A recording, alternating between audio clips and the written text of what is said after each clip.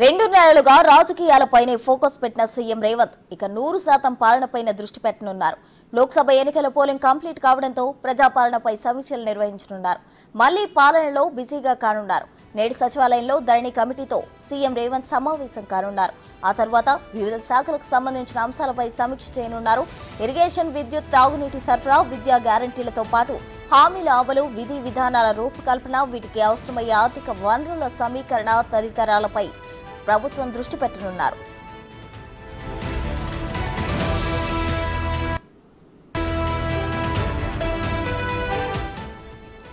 మరీ ముఖ్యంగా అకాల వర్షాలకు నష్టపోయిన రైతులను ఆదుకోవడమే లక్ష్యంగా యాక్షన్ ప్లాన్ సిద్ధం చేయనున్నారు. పంట నష్టాలపై అంచనా వేసి అన్నదాతలకు అండగా ఉండేందుకు సమీక్షలు నిర్వహించనున్నారు. 15 ఆగస్టులోపు 2 లక్షల రుణమాఫీ కోసం అధికారులతో సమీక్షలు జరపనున్నారు. పరిపాలనపై తన మార్కు చూపే లక్ష్యంగా కీలక నిర్ణయాలు తీసుకోనున్నారు. పాలన గాడిలో పెట్టేందుకు ఆకస్మిక తనిఖీలు సైతం చేస్తామంటూ వార్నింగ్ కూడా ఇచ్చారు.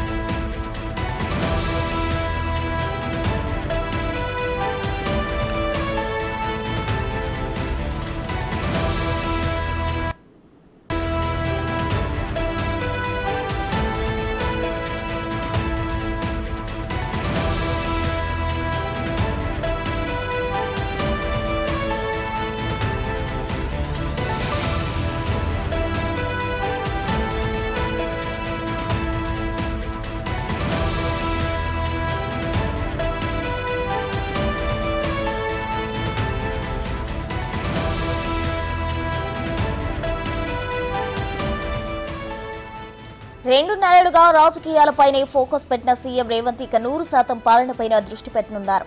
లోక్సభ ఎన్నికల పోలింగ్ కంప్లీట్ కావడంతో ప్రజాపాలనపై సమీక్షలు నిర్వహించనున్నారు.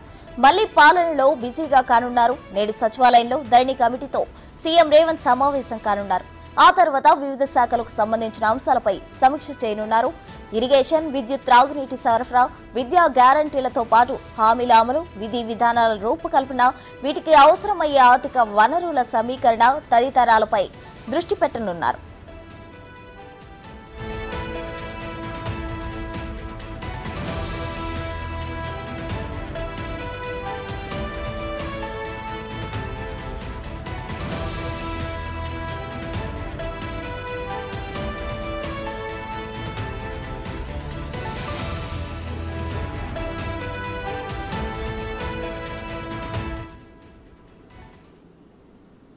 నేడు సీఎం రేవంత్ రెడ్డి సచివాలయం వెళ్లనున్నారు. అక్కడ ధరణి కమిటీతో సమావేశం జరపనున్నారు. సమావేశంలో ఎటువంటి నిర్ణయాలు తీసుకోబోతున్నారు అనేది మరింత సమాచారం మా deputy bureau chief Sadiq live లో అందించడానికి సిద్ధంగా ఉన్నారు. సాదిక్, చెప్పండి. అయితే సీఎం రేవంత్ రెడ్డి ఈ రోజు సచివాలయంలో ధరణి కమిటీతో సమావేశం కానున్నట్లు తెలుస్తుంది. అయితే అక్కడ ప్రధానంగా ఏ అంశాలకు సంబంధించి డిస్కషన్ జరగబోతుంది? ప్రసన్న, ముఖ్యమంత్రి రేవంత్ రెడ్డి అయితే ఇక పరిపాలన పైన పూర్తి స్థాయిలో ఫోకస్ పెట్టనున్నారు. మొన్నటి వరకు కూడా పార్లమెంటు ఎన్నికల్లో బిజీగా ఉన్నటువంటి ముఖ్యమంత్రి రేవంత్ రెడ్డి ఇక నుండి ఈ రోజు నుంచి కూడా పాలనను మరింత పరులు పెట్టించే లక్ష్యంగా ఆయన సెక్రటరీకి రాబోతున్నారు. ప్రధానంగా టాప్ ప్రయారిటీ ఒక 3 అంశాలు, అంటే కాంగ్రెస్ ప్రభుత్వం కానీ మొదటి నుంచి చెప్తా ఉంది, సంక్షేమ, అభివృద్ధి, ఈ 2 అంశాలను ప్రధాన భూమికగా మేము పరిపాలన అందిస్తాం, సుస్థిరమైన పరిపాలన అందిస్తామని చెప్పినటువంటి కాంగ్రెస్ ప్రభుత్వం ఎన్నికలు అయిపోతూనే పూర్తి స్థాయిలో ఇప్పుడు పాలన పైన దృష్టి పట్టేందుకు గాను ముఖ్యమంత్రి రేవంత్ రెడ్డి ఒక టాప్ ప్రయారిటీగా 3 అంశాలను ఎంచుకోవడం జరిగింది. అందులో కూడా విద్య, వైద్యం, వ్యవసాయం, ఈ 3 అంశాలకు టాప్ ప్రయారిటీ చేయబోతున్నారు. ఎందుకంటే అకాల వర్షాల వల్ల దెబ్బతిన్న రైతులు చాలా ఇబ్బంది పడుతున్నారు. వారి యొక్క ధాన్యం తడిసిన సందర్భం ఉంది. ఎంఎస్పీ ధరకే కొంటామని కూడా ఇప్పటికే ప్రభుత్వం ప్రకటించింది. సో రైతులను ఏ విధంగా ఆదుకోవాలి, రైతులకు సంబంధించిన అంశాలు ఎట్లా ఉన్నాయన్న దానిపైన కూడా పూర్తి స్థాయిలో ఫోకస్ పెట్టబోతున్నారు. అంతేకాకుండా ఇప్పుడు ఖరీఫ్ సంబంధించినటువంటి అంశం కూడా రాబోతుంది. సో వర్షాకాలానికి సంబంధించిన మెకానిజం తీసుకునే లక్ష్యంగా ఎరువులు, పురుగు మందులు, ఇతరత్ర సంబంధించిన అంశాలు కూడా ఉండబోతున్నాయి.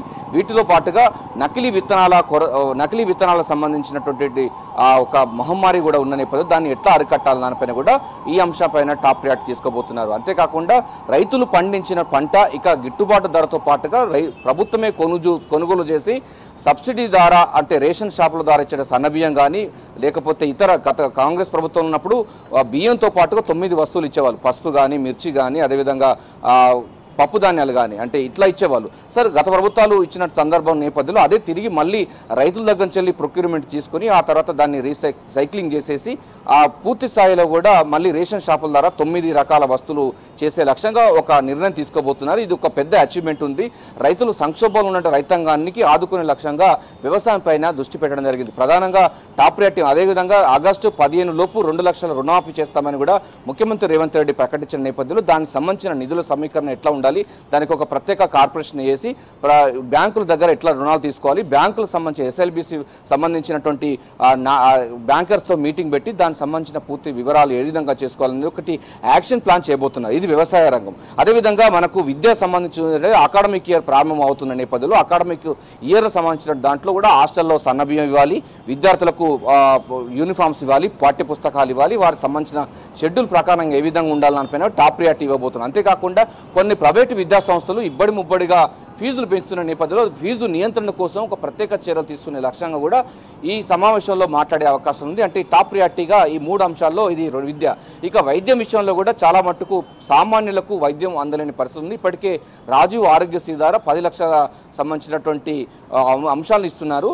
సో ఆరోగ్య బీమాతో పాటుగా ఇతరత్ర సంబంధించిన ప్రైవేటు సంబంధించిన కార్పొరేట్ హాస్పిటల్స్ చాలా ఇబ్బడి ముబ్బడిగా కూడా ఫీజులు వసూలు చేస్తున్న నేపథ్యంలో ప్రభుత్వ ఆసుపత్రులను ఎట్లా మెరుగుపరచాలి, ప్రభుత్వ హాస్పిటల్ను ఏ విధంగా ఇంకా మెరుగుపరచాలి, కొన్ని అంటే 100 పడకల ఆసుపత్రులను పూర్తి స్థాయిలో ఏ విధంగా చేయాలి, దానికి ఉన్నటువంటి ఏమన్నా రిక్రూట్మెంట్ అవసరం ఉంటుందా దానిపైన కూడా ఉండబోతుంది. సో ఈ 3 ప్రియారిటీ అనేది టాప్ ప్రియారిటీగా తీసుకున్నారు ముఖ్యమంత్రి రేవంత్ రెడ్డి. సో మొన్నటిదాకా పార్లమెంటు ఎన్నికలు, అంతకంటే ముందు అసెంబ్లీ ఎన్నికల్లో చాలా బిజీగా ఉన్నటువంటి ముఖ్యమంత్రి రేవంత్ రెడ్డి ఇక పరిపాలనను పరులు పట్టించే లక్ష్యంగా ఉండబోతుంది. అభివృద్ధి, సంక్షేమం ఈ 2 టాప్ ప్రియారిటీలో సంక్షేమానికి పెద్దపీట వేస్తూ 6 గ్యారంటీ స్కీమ్స్ ఇప్పటికే ప్రజల్లోకి పోతున్న నేపథ్యంలో ఈ యొక్క విద్య, వైద్యం, వ్యవసాయం పైన కూడా టాప్ ప్రియారిటీ తీసుకోబోతున్నారు. అందులో ప్రధానంగా చూసినట్లయితే వ్యవసాయం అన్నది చాలా టాప్ ప్రియారిటీ తీసుకున్నారు. అందులో విధంగా రైతులు ఎక్కడ నష్టపోకుండా రైతులకు కావాల్సినటువంటి ఎరువులు, పురుగు మందులతో పాటుగా వారికి పండించిన పంటకు ఎంఎస్పి ధర ఇచ్చి వాటిని ప్రభుత్వమే కొనుగోలు చేసే విధంగా, సన్న బియ్యాన్ని ఎక్కువగా పండించే విధంగా, రైతులను ప్రోత్సహించే విధంగా అట్లాంటి వారికి 500 రూపాయలు బోనస్ కూడా ఇస్తామని కూడా ప్రభుత్వం ప్రకటించిన ధర్మిలా దీన్ని టాప్ ప్రియారిటీ తీసుకొని ఇక ప్రభుత్వాన్ని మరింత పరులు పెట్టి తన మార్కును చూసించే లక్ష్యంగా రేవంత్ రెడ్డి అయితే ఒక ప్లాన్ చేస్తున్నట్టుగా స్పష్టంగా అర్థమవుతుంది. ఇప్పటికే రాజకీయంలో తన మార్కును చూపించినటువంటి ముఖ్యమంత్రి రేవంత్ రెడ్డి ఇక పరిపాలన కూడా తన మార్కు చూపించే లక్ష్యంగా వివిధ శాఖలకు సంబంధించిన అంశాలపైన కూడా సెక్రటరియట్లో ఇక రోజు సెక్రటరియట్కి వచ్చి రివ్యూలు చేసి దానికి సంబంధించిన యాక్షన్ ప్లాన్ చేసి అధికారులకు పరులు పెట్టించబోతున్నారు. అంతలో భాగంగా పని చేయనటువంటి అధికారులపైన చర్యలు తీసుకునే అవకాశం ఉంది. దానికోసం ఆకస్మిక తనిఖీలు ఉంటాయని కూడా ఆయన స్పష్టం చేసిన ధర్మిలా వివిధ శాఖల్లో ఆకస్మిక తనిఖీలు చేసి దానికి సంబంధించినటువంటి గత ప్రభుత్వం సంబంధించిన వాసనలు ఉన్నా, గత ప్రభుత్వం సంబంధించినటువంటి వాళ్ళు ఎవరైనా పని చేయకపోతే వారిపైన వేటు వేసింది కూడా రంగం సిద్ధం చేస్తున్నట్టు కనబడుతుంది. ఈ మేరకు ఇంటెలిజెన్స్ ఆఫీసర్ నుంచి కూడా పూర్తి స్థాయిలో నివేదికలు ఉన్నట్టుగా తెలుస్తుంది. అంతేకాకుండా రిటైర్డ్ అయినటువంటి వాళ్ళు కూడా ప్రభుత్వంలో కొనసాగుతున్నారు. 1050 మంది ఉన్నారు. వారిని ఏం చేయాలనిపైన కూడా క్యాబినెట్లో నిర్ణయం తీసుకొని వారిపైన చర్య తీసుకునే అవకాశం అయితే కనబడుతుంది. సో ప్రస్తుతం మొత్తం ఓవరాల్గా చూసినట్లయితే రాజకీయంలో తన మార్కు చూపించిన ముఖ్యమంత్రి రేవంత్ రెడ్డి ఇక పరిపాలనను మరింత పరులు పట్టించే విధంగా తన మార్కు చూపించే లక్ష్యంగా అయితే ఇక నుండి ఈ రోజు నుంచి వెళ్ళి సచివాలయంకి వచ్చి వివిధ శాఖ అధికారులతోని మాట్లాడబోతున్నారు. అభయస్థం మేనిఫెస్టోను పూర్తి స్థాయిలో అమలు పరిచే విధంగా తన యాక్షన్ ప్లాన్ ప్రారంభించబోతున్నారు. Prasanna, over to you. Right, thank you Sadiq.